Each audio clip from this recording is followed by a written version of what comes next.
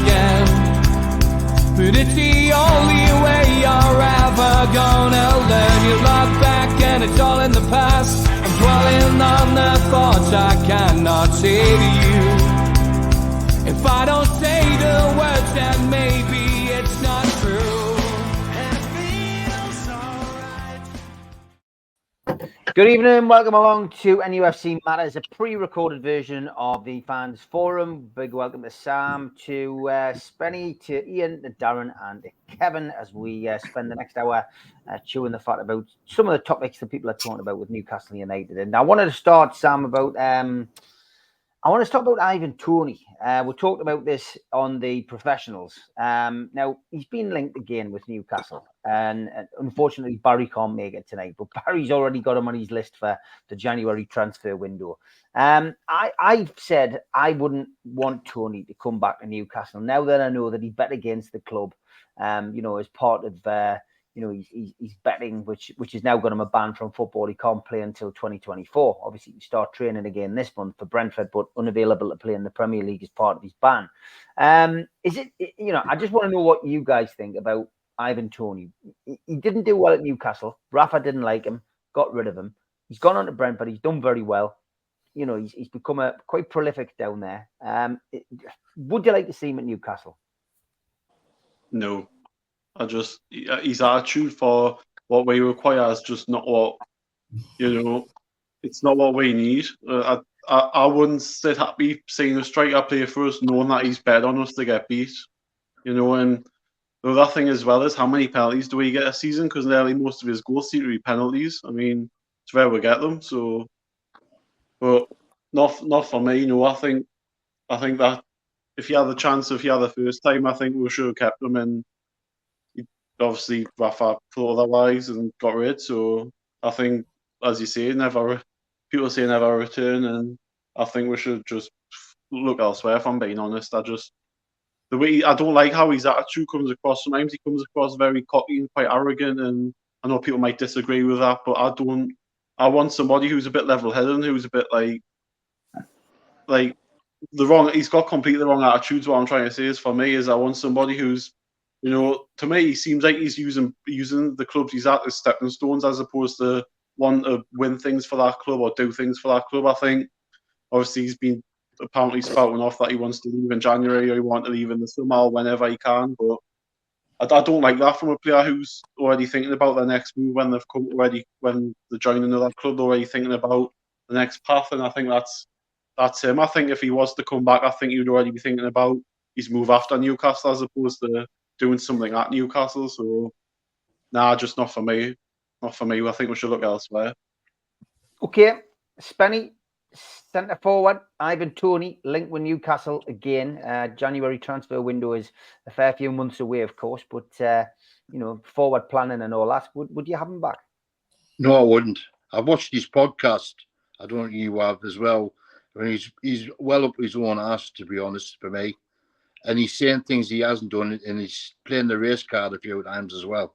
So for me, no, he's got too much baggage, and I think we're in a position to get better strikers than him, to be honest, in the way we are going in these transfer markets. I think Centre will be one of the top of the list in January or maybe it's next summer anyway, the way Wilson's aging, but he's still knocking the goals in. But for me, I think Wilson's better than Toney, to be honest. His attitude and his play and his goals as well. So me, no thanks.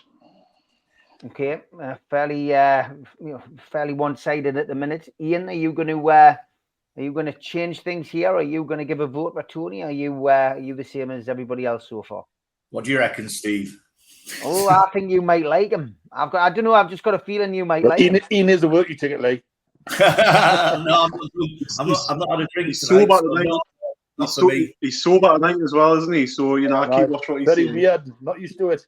I've been doing an Ian all weekend, but I'm sober up tonight. I'm on the water tonight, lads. So good lad. Have on the coffee. No red wine. No rivers of red wine running down the street either for me to go out and scoop in a glass, like you saw on the news. But go on, Ian.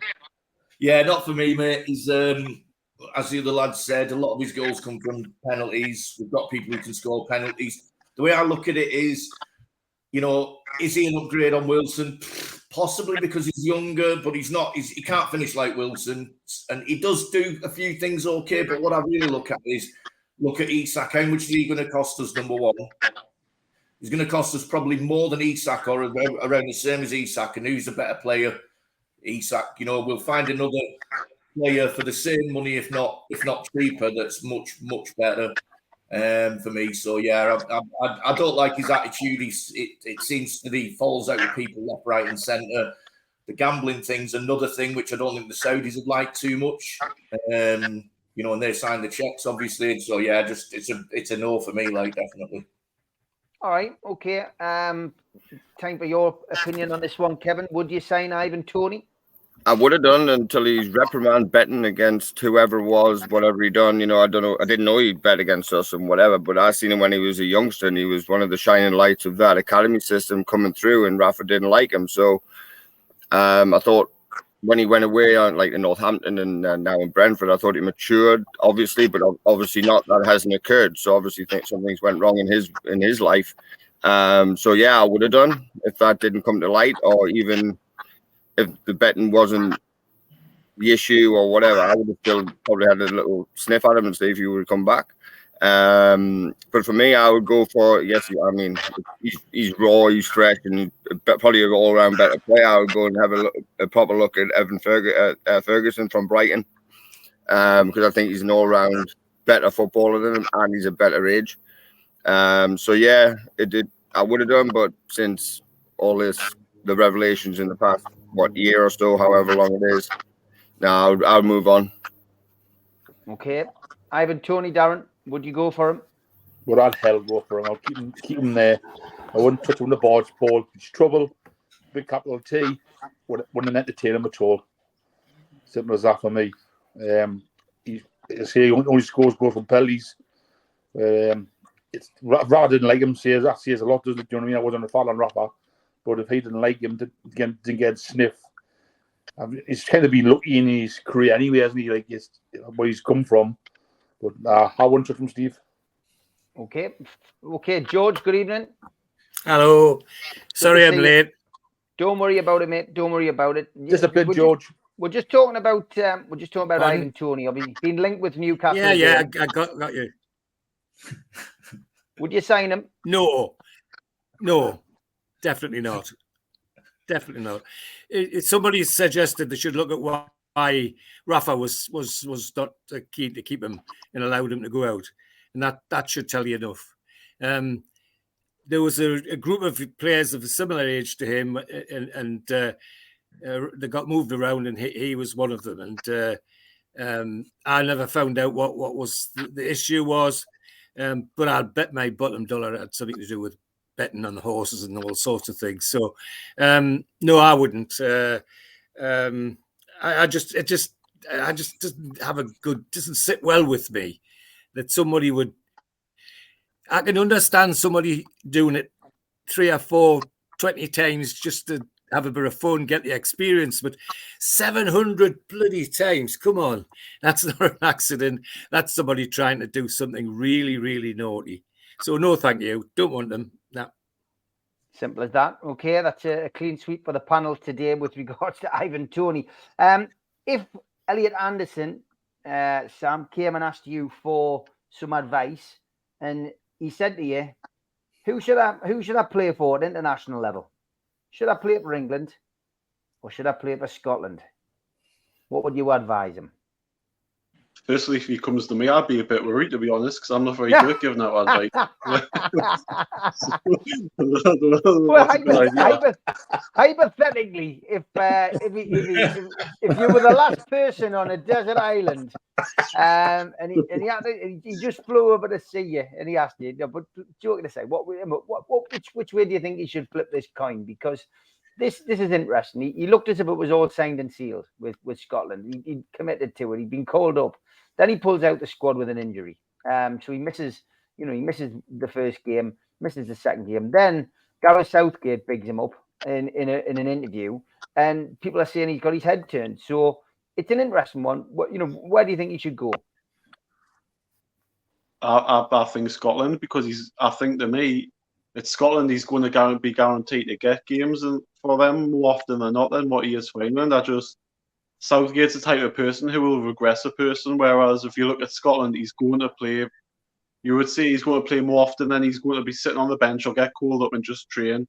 He's going to gain a lot more experience playing for Scotland as well. He's obviously possibly not going to play with the quality that England have got, but he's going to play games, and that for somebody his age is so important, rather than Southgate going, yep, we'll call you up, and then for 10 days he's just sitting there training.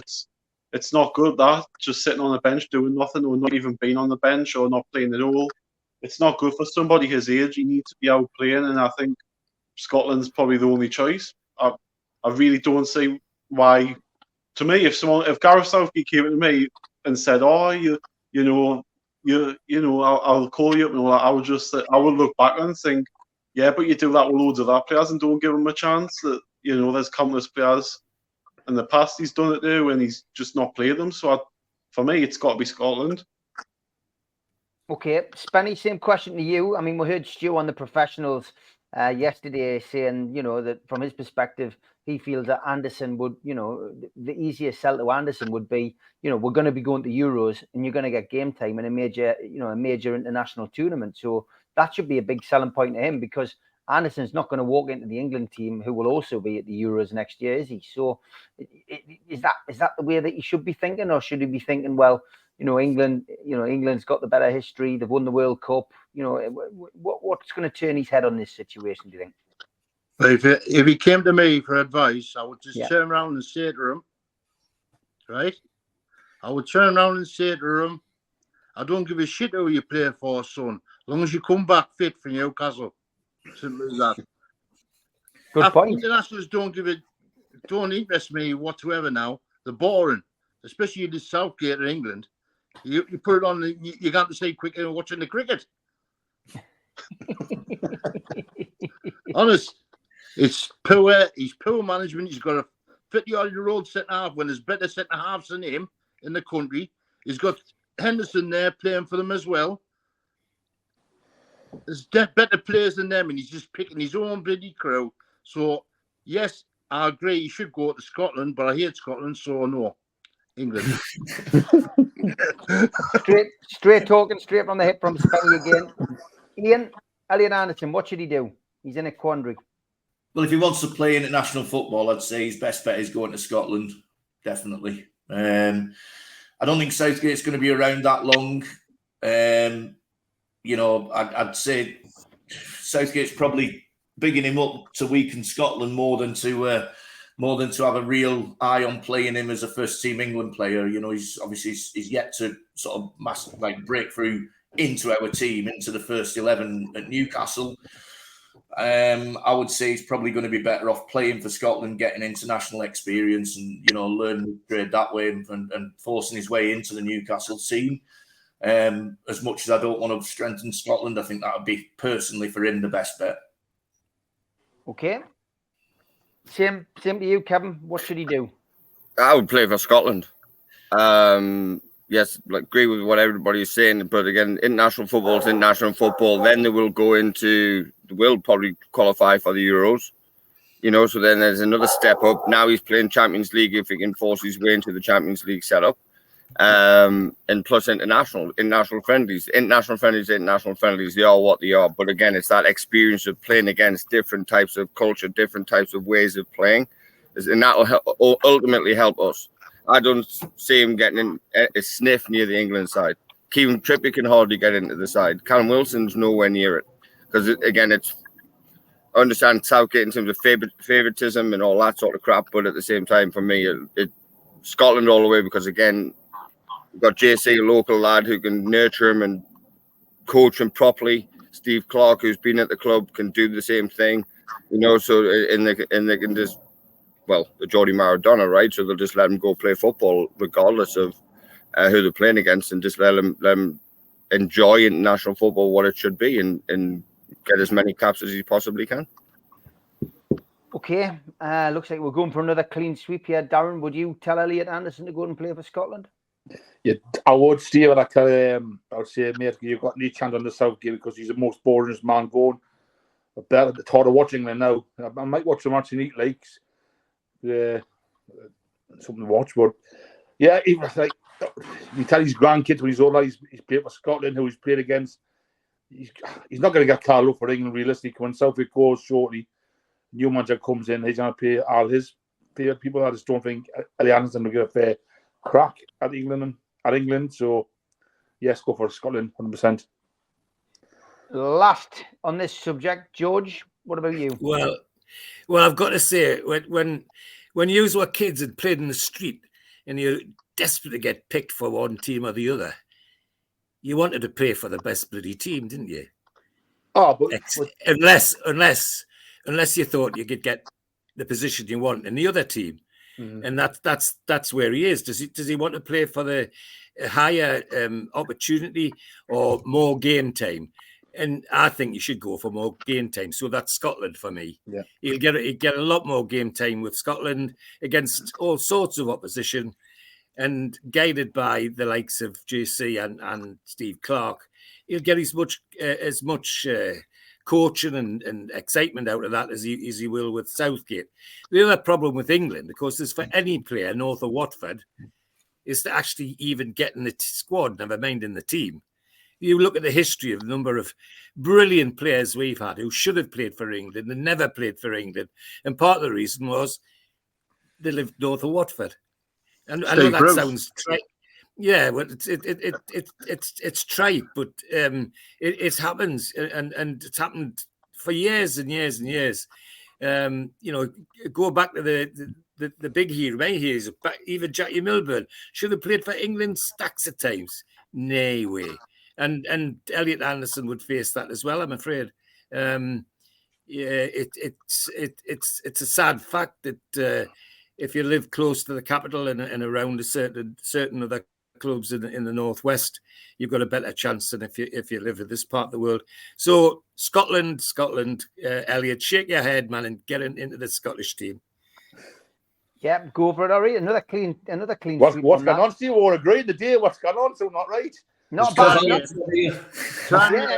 Not a bad thing. Not a bad thing at all. Some of you might have seen the professionals, others won't. I don't want to go down to the gutter with this particular subject. That's how I was late. Yeah, I don't want to go into the gutter with this particular subject, and therefore I'm going to start with the elder statesman. I'm going to start with the one-eyed naval architect, George. George, the people standing outside the ground, the people protesting about the sports washing, and then the subsequent videos that were made on YouTube, and seeing different people coming out and having an opinion about it. There's ways of putting yourself across, and there's ways of not putting yourself across. I don't want to get into a slanging match with other YouTube channels. I just want to know your views on the people who protested, really, and what your view is on it, George, because I value your opinion. I know all the lads on the panel do, but you probably won't get a chance at the end of the week to have your say. So I'm going to let you have your say on this, George. Give us your views on what you saw over the last few days. Well, sickening in some ways and supportive in others. Everybody has to have a right to protest. That goes without saying.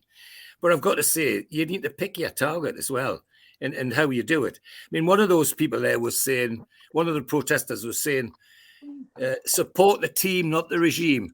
What a piece of hypocrisy. Support the team, you don't bloody care where the money's coming from. Well, you've got to care where the money's coming from if you're really in it. I'm up for it and keen for it, because I feel, having spent over 60 years teaching in a university and meeting people from all over the world, it's amazing what you can do with education. It's amazing what you can do with showing people how you live, how you behave, and what changes there are. I just look at the changes where our Neil lives in the UAE since our Neil went 13 years ago. It's unrecognisable. They've made changes to the system in a short space of time that's taken us hundreds of years to change. When I was a magistrate early on, in 1964, if a lassie under 16 was brought before us and she was pregnant, we used to send them to a bloody lunatic asylum. Where was their human rights? Who protested about that? You've got to pick your target. But you're entitled to have a say if you don't like it. But you're entitled to say, well, if you don't like it, don't come. That's your choice. But this business about support the team and not the regime is absolute hypocrisy. And I don't want to see anything like that at Newcastle United. I'm up for it on the basis that I want the Saudis to see what a society that's a loving society and a great society can do. And I've seen so many young people at our university who, when they come, were almost frightened to come. And once they got used to the notion of the Geordie culture and all the rest of it, they love it. I've had years when I'd had 60 students. If I could get 60 jobs, none of the buggers would go home. They'd all stay in Newcastle and work and live for the rest of their lives. So I'm up for education, and I'm happy to take on the job like all Geordies would be, I think, showing them what a good culture's like, and see that they embrace it. But I think they already are. You forget, people forget, they're going on about all these horrible things that's supposed to be in Saudi Arabia. They'd let a woman run our football club. My God, it's not too long ago they wouldn't let a woman drive a bloody car over there. We've got one running our football club. We've now got Arabs and Jews sitting down at the same table at our football club. Where else in the world's that happening? Where else? So let's embrace it and educate and show people how good we are and see if they pick it up. Okay, great stuff, Darren. Just a quick one on this. What was your thoughts on what you saw? I mean, I was surprised people went up and put cameras in their face. I've got to be perfectly honest. Let them protest, as George says, and move on. Yeah, I kind of agree with George. Like, let them protest the way they want to, but people protest, like, go to interview them and all that. And I disagree with that, like, Steve, personally, because they come to protest in their own way. When you see other YouTubers do it, you're like, well, are they doing for attention or to get views on their YouTube? Do you know what I mean? So I disagree with them doing it in the first place, because so I can see why they're doing it, but things are changing, like George said, 100%. And that I don't know too much about it anyway. What thing, you know what I mean? But I disagree with the YouTubers going to do it, putting interview them. And then people like telling them off and all that. Man, it's just, we don't want to see that. Do you know what I mean? Like having arguments, people going on the ground and all that. So that's my honest opinion, Steve. Okay, Kev, it's it's always going to happen. We've got to accept it. We're the majority shareholders Saudi, is Saudis, but there's loads of different points we can make. The same people, if they're that bothered about human rights, could have been protesting down at Man City. With these people doing the same down there when their takeover went through, they could be standing outside 10 Downing Street when MBS visits. So the protest would probably be more valid, I think, if that was if they chose the targets. But I guess because Newcastle's owned by PIF predominantly, and we've got Saudi internationals taking place at our ground. That's the reason they're there. They think they're going to get some publicity off it. Of course, and that's what they want. And look, and I totally agree with George. And everybody's got a right to a protest or a voice or a say of what they maybe not agree with or disagree with. That's their right. That's a valid right. Again, I live in a country where you got death row. And it's still present, depending on what state you live in. Certain state laws are different wherever you live. So we have to live and abide by those, regardless if you agree with it or disagree with it. That's the political line you tore down, So, but again, I think it's from those. I haven't seen much of it, but just I don't get involved in that. I don't like to, watch that and see the inept naivety of youth of coming into somebody who's protesting and then making it confrontational and making it all about one or the other. It seemed like the one I seen, I don't know who it was, of the said Newcastle fan, of making it all about him, making it confrontational. Well, let them do what they need to do and make it peaceful and make it where they can have their say. Again, they've got that right. Let the game go ahead. But again, there was like George said, it's uneducated. Just educate people about different cultures apart the world. And if people move over here, you'll figure out in a hurry how to change and acclimate into a culture that I've had to learn to do, even though it's English speaking, but there's different rules and regulations that you can and cannot do, you know. So again, it was just sad when I seen one video, and it was just embarrassing as a Newcastle United fan to see that, and they can actually go down that line of sort of, well, I'm going to just confront you just because I feel like I have to, and just to create a problem for you. If the shoe was on the other foot or whatever, and he was more confrontational to you? How are you going to react?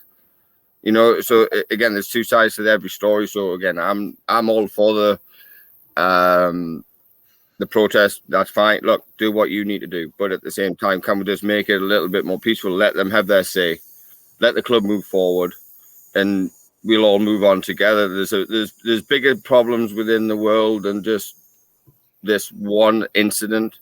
We've got all sorts of stuff going on around the world that's bigger. Okay, yeah. The whole thing for me was disappointing from all sides. Firstly, national media focusing on 7 or 8 people protesting and giving it such a, you know, Channel 4, I think it was, give it like a massive feature, and there's 7 people there or something, you know. And as for the people protesting, I'm not going to give my views really on them, because if I do, I'll probably disappoint you, Stephen, because I'm not going to go into them. Like, but I don't think. I think that what I will say is, I think that they completely blinkered. They're on Facebook for a start off. They've got a group on Facebook that's part owned by PIF, you know, that had a major amount of shares in Facebook. I think they've got a political agenda, and that, you know, that's up to them if they want to go around doing what they're doing. But they need to focus it in London more. They need to speak, you know, point it at the government more. You know, we trade with the Saudis, like George said. I agree with everything George said. The amount that I've watched other YouTube channels, nothing to do with football, on Saudi Arabia myself, to try and educate myself a little bit about it. You know, people traveling there, and the changes that have happened over the last 5-6 years are massive. So is it not better to go along and help, you know, like what George said, educate other countries in the way we do things, and let them sort of, you know, change and evolve the country, rather than just sort of dismissing them completely and saying we should have nothing to do with them.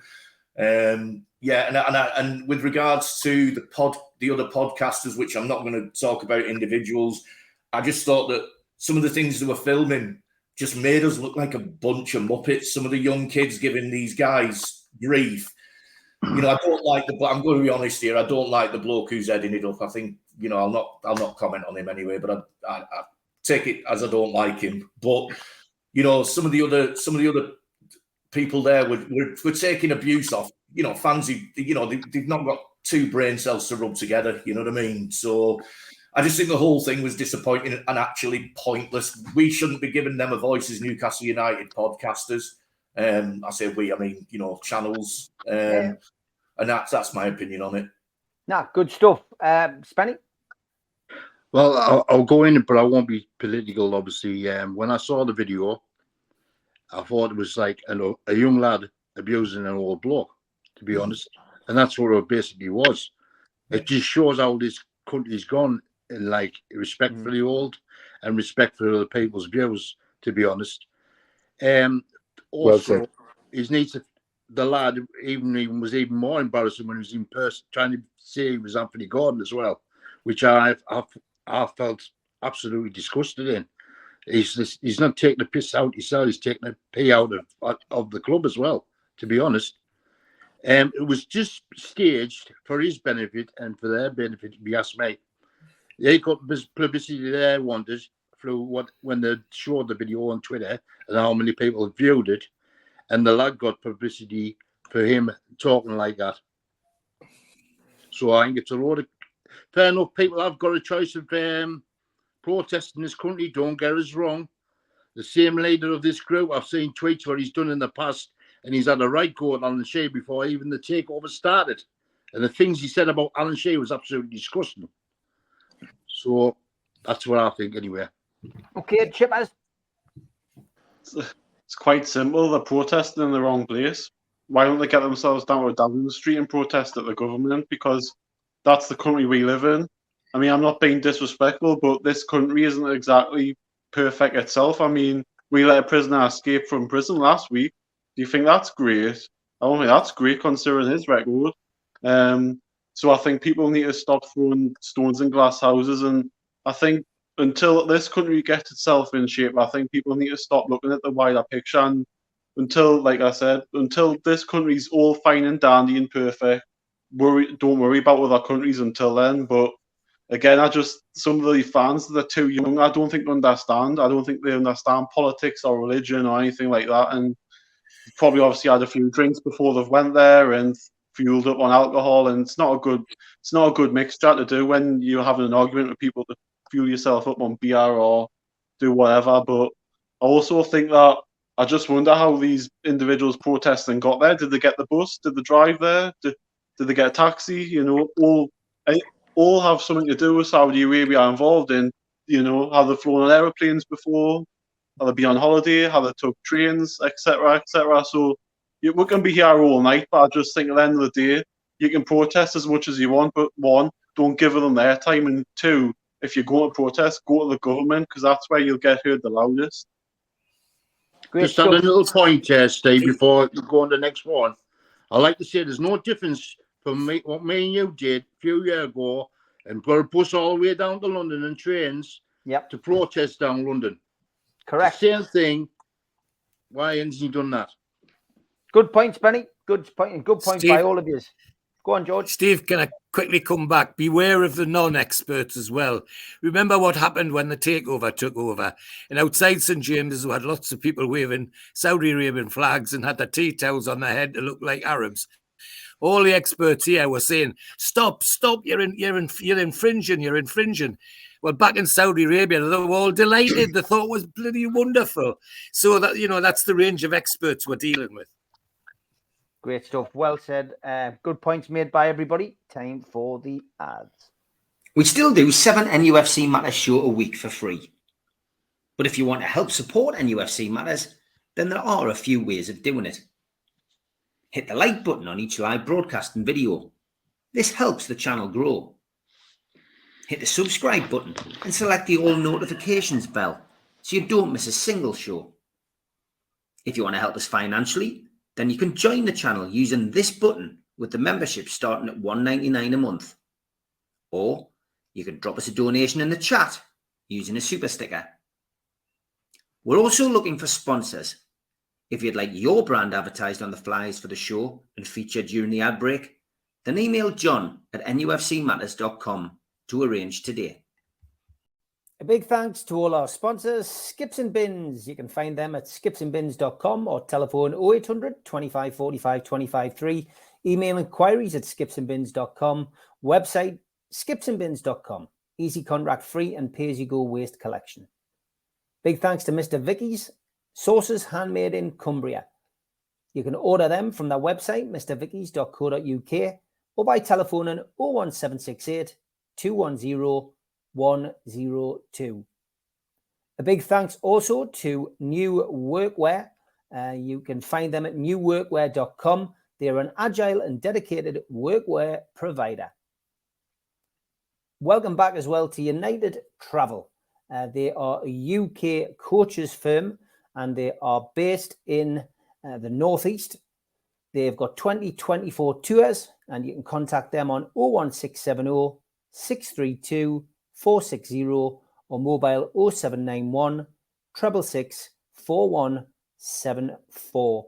Email info@unitedgrouptravel.com and they've got a website which is unitedgrouptravel.com.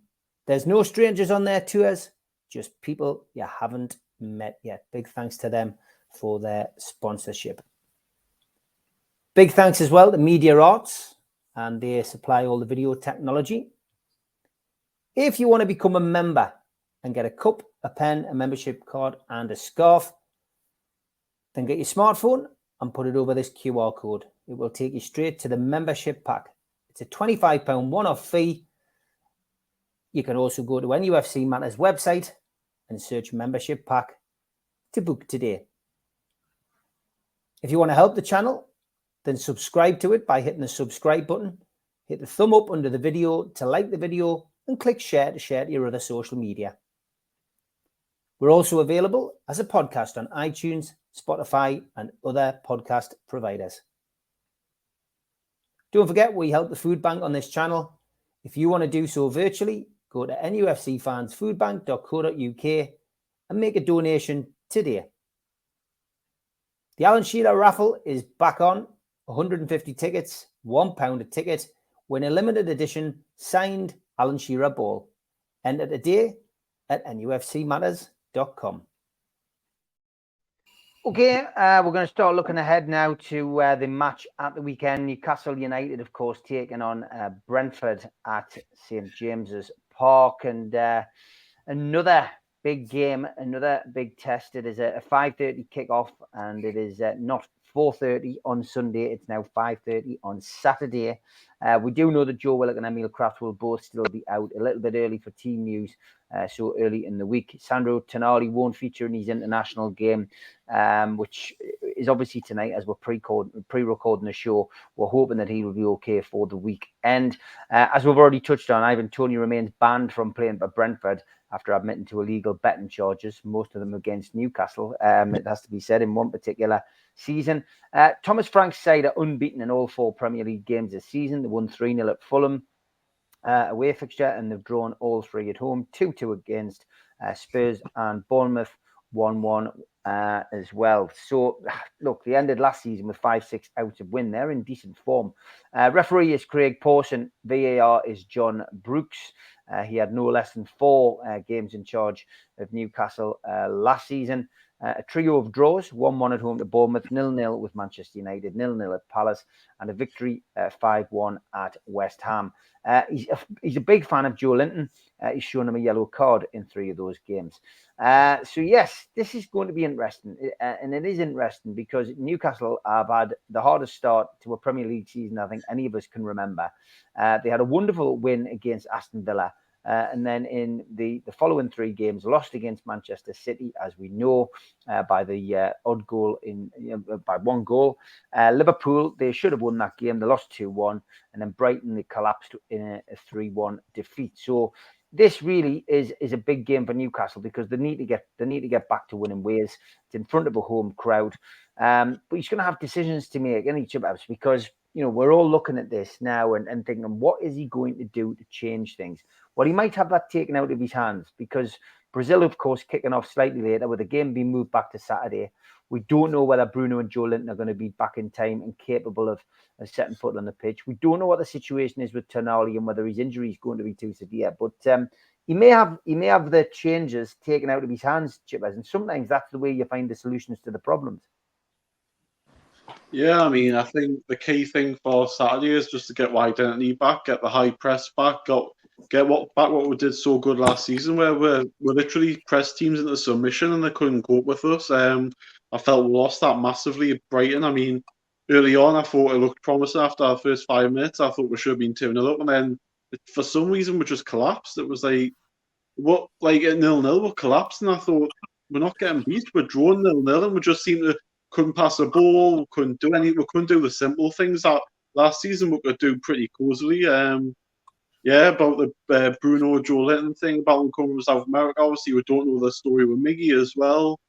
Elliot Anderson withdrawn from the Scotland squad, so there's a lot of decision making. Obviously, Botman as well. We don't know if he's going to be fit. There's a lot of things going on that we don't know. But to me, I suppose that's a good thing because I'd rather we didn't know as opposed to someone leaking it saying he's going to be out for 6 months, he's going to be out for this, that, and t'other. Rather than knowing that there's a chance that they'll be fit. So, but yeah, I think Saturday is that game where we'll have to win. I don't care how well we'll play. Yeah, I want to see us get back to the pressing style of last season, but all that matters on Saturday is just to get that 3 points back because that's what we need just to kickstart the run again. It reminds me of the Wolves home game last season where we'd just come off the back of 3 defeats, including the cup final, and I thought it's the game that we just have to win, just get over that line, and then you saw the confidence came back again, and Saturday is that. It's a case of, I want to see some level of performance. I want to see some level where I think, we're sort of identities back, where we're pressing, we're making them make mistakes, we're scoring goals. But then, yeah, if we take a scrappy win, then fine, because it's the start of rebuilding and kicking on. Because after this, we have got very favourable fixtures. It's a case of we need to make up with lost ground if we want to finish in the top 6. I know it's a long season, but we've lost to, say, rivals for them positions. So these are the games that we'll have to look at and think we've got to pick up maximum points if we're going to keep staying within the top 6 this season. Okay, is it a must-win game, Spenny? This, Newcastle lose this, people have gone into a meltdown already. But if Newcastle lost this game, I think there would be a bigger meltdown, on the media front as well. But is this a must-win? I think it is a must-win. Every must-win is when you're playing at St James's for any player and every fan.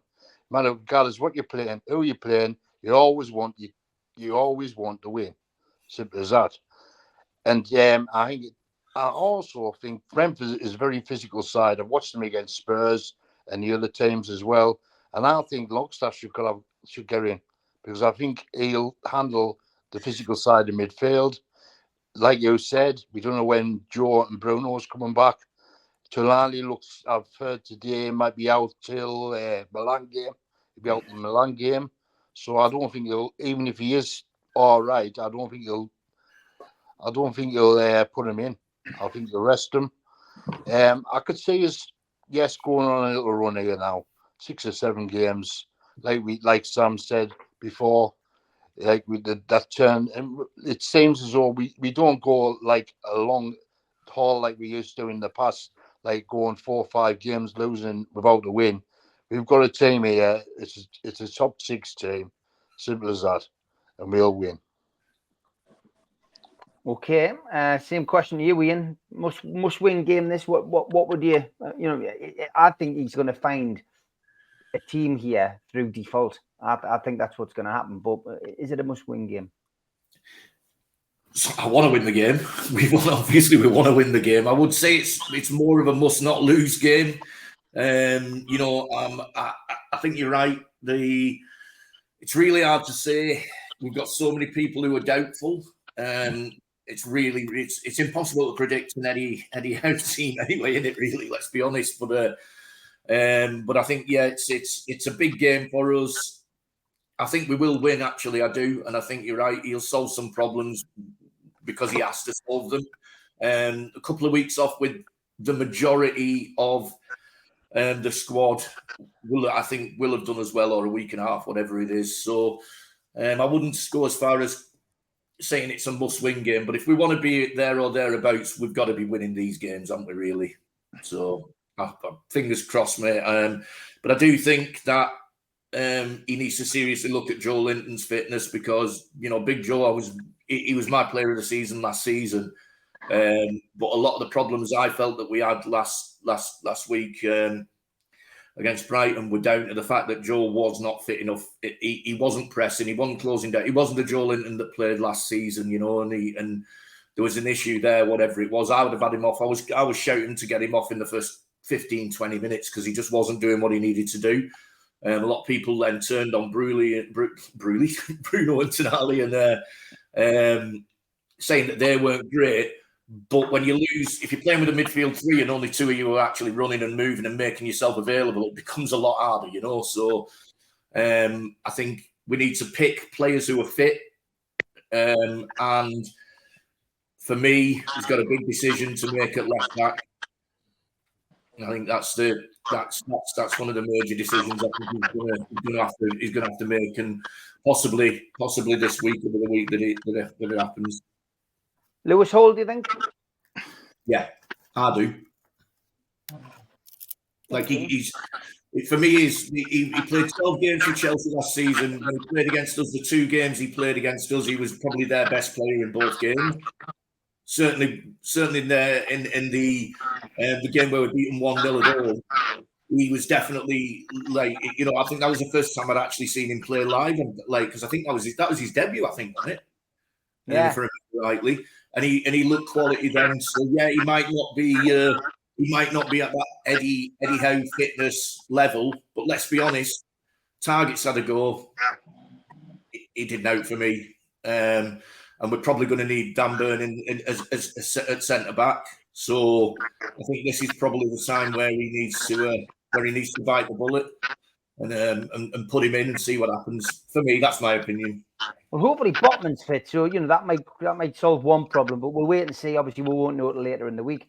Kev, thoughts on the Brentford game? It is a big game because three straight defeats. You need to get back on the bike, don't you? You need 3 points in the bag. Absolutely, and the word I would use is response. How can we respond from losing 3 on the bounce?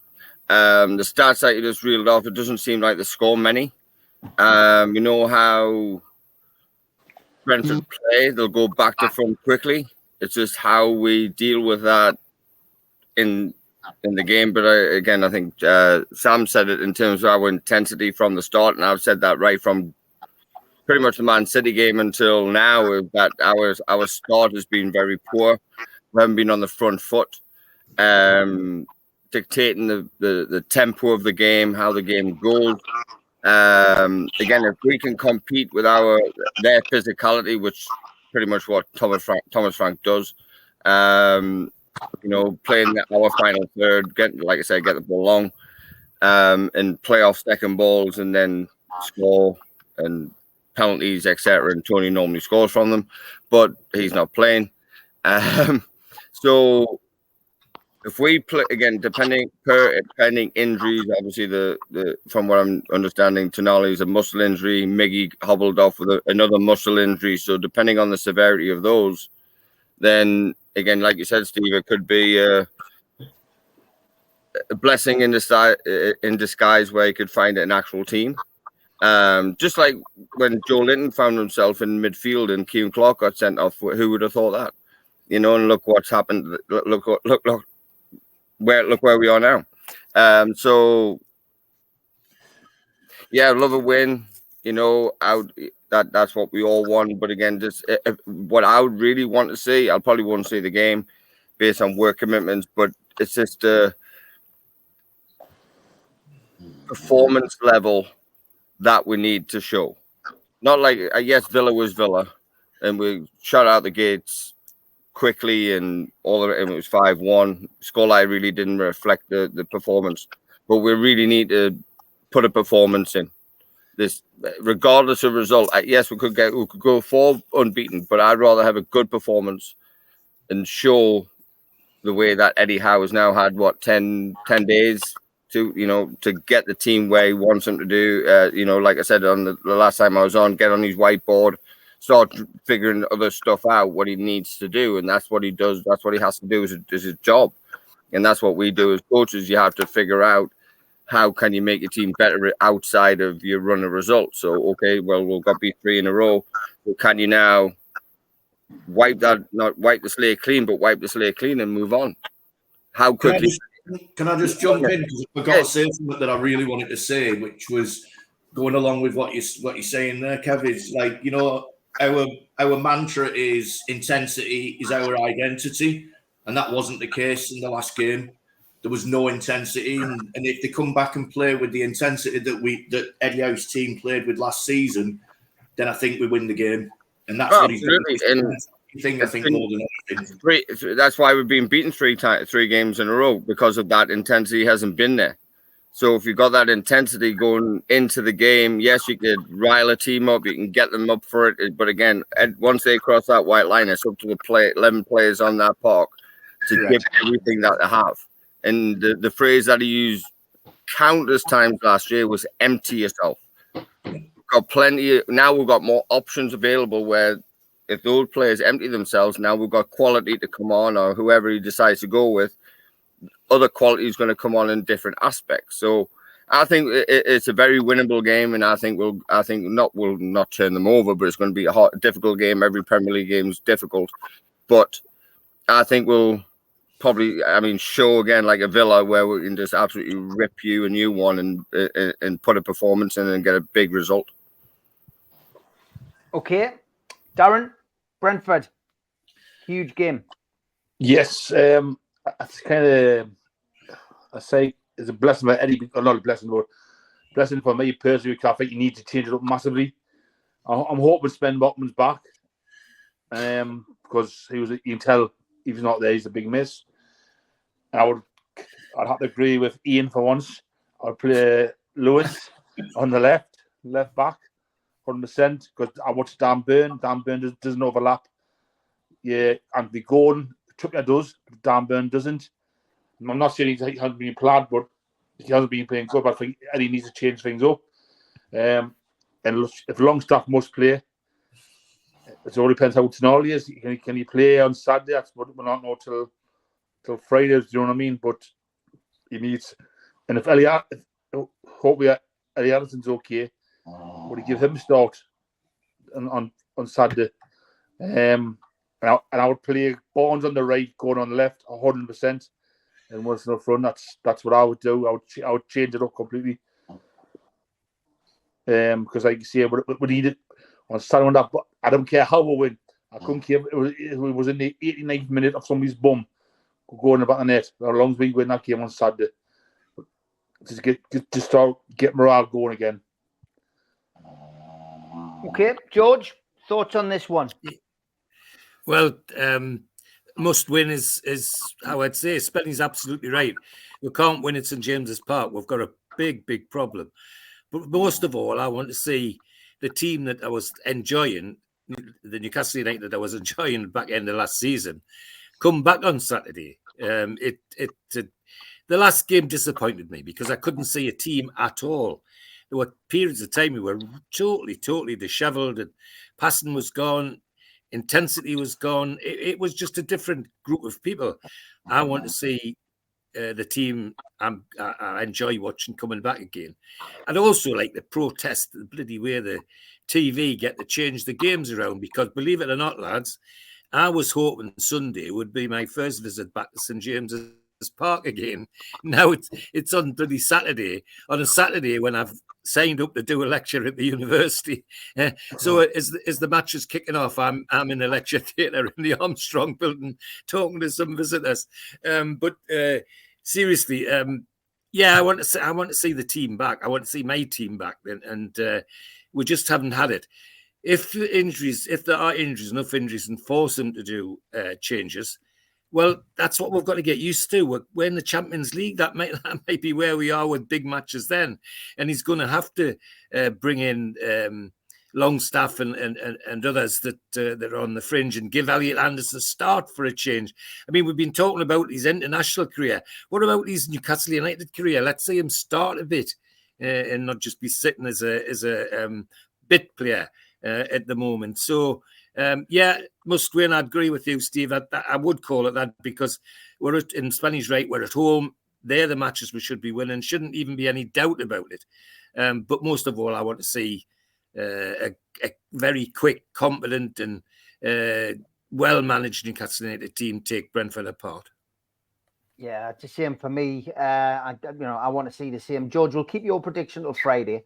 But Darren, prediction for the Brentford game? 3-1. Botman first goal scorer. 3-1. Botman first goal scorer. Okay, Kevin, are you confident? I'm confident. Just depends on whether they get over the line or not. I'll go scruffy 2-1. Scruffy 2-1. I like it. Ian, yeah. What's your prediction, Ian? I'll go scruffy 3-1. If Botman plays, that's the difference. I've got me t-shirt on, Steve. Just to see us in it. Not one of yours, mate, but I'll certainly. Yeah. Oh, there we are. I've got a new Isaac one on. Yeah. NUFCmatters.com. You can get them. You know, I like my t-shirts. You know. Yeah. If Botman plays, I think we're comfortable. He's massive. I know I'm saying obvious things, but he's massive to us. I've just got a feeling he's not going to be back in time, and we'll save him for Milan. But that's just a feeling. I don't know anything now. But yeah, I'm going 3-1 anyway. Going for a Penman. Go for a Penman. Okay. What about you, Spenny? I'm going for a tight game and win 4-1.